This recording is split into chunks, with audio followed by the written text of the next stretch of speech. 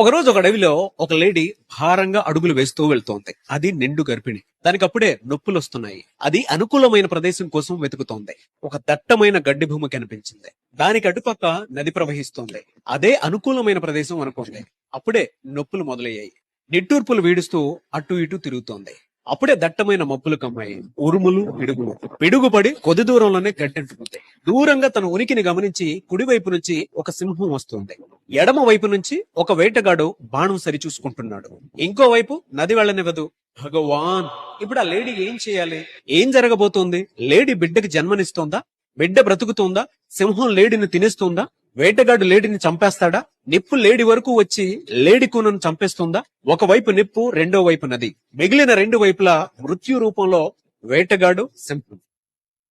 ఇప్పుడు చెప్పండి, ఆ లేడీ ప్లేస్ లో ఉంటే మీరేం చేస్తారో తెలియదు గాని లేడీ మాత్రం ఇవేమీ పట్టించుకోలేదు. అది తన బిడ్డను కనడం మీదే దృష్టి పెట్టింది. అప్పుడు పరిణామాలు ఈ విధంగా జరిగాయి. పిడుగు కాంతికి వేటగాడి కళ్ళు చెదిరాయి.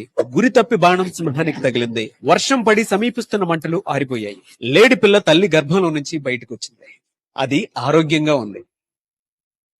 ఎంటైర్ స్టోరీ మనకేం సూచిస్తోంది అనంటే, మన జీవితంలో కూడా సమస్యలు అన్ని వైపులా చుట్టుముడుతూనే ఉంటాయి. అండ్ నెగటివ్ ఆలోచనలతో మనం ఎప్పుడు సతమతం అవుతూనే ఉంటాం. మన తక్షణ కర్తవ్యాన్ని విస్మరిస్తాం.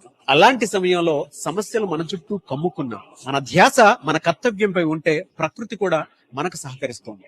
బాగా గుర్తు పెట్టుకోండి, మన జీవితంలో మనకు విపత్తులు వస్తే అది ముగింపు కాదు, అదొక ఆరంభం. కొత్త ఆరంభానికి ప్రకృతి ఇచ్చేటువంటి సంకేతం. అందుకే నెగటివ్ ఆలోచనలు ఉన్నప్పుడల్లా ఈ వీడియోని 1కి 10 సార్లు చూడండి.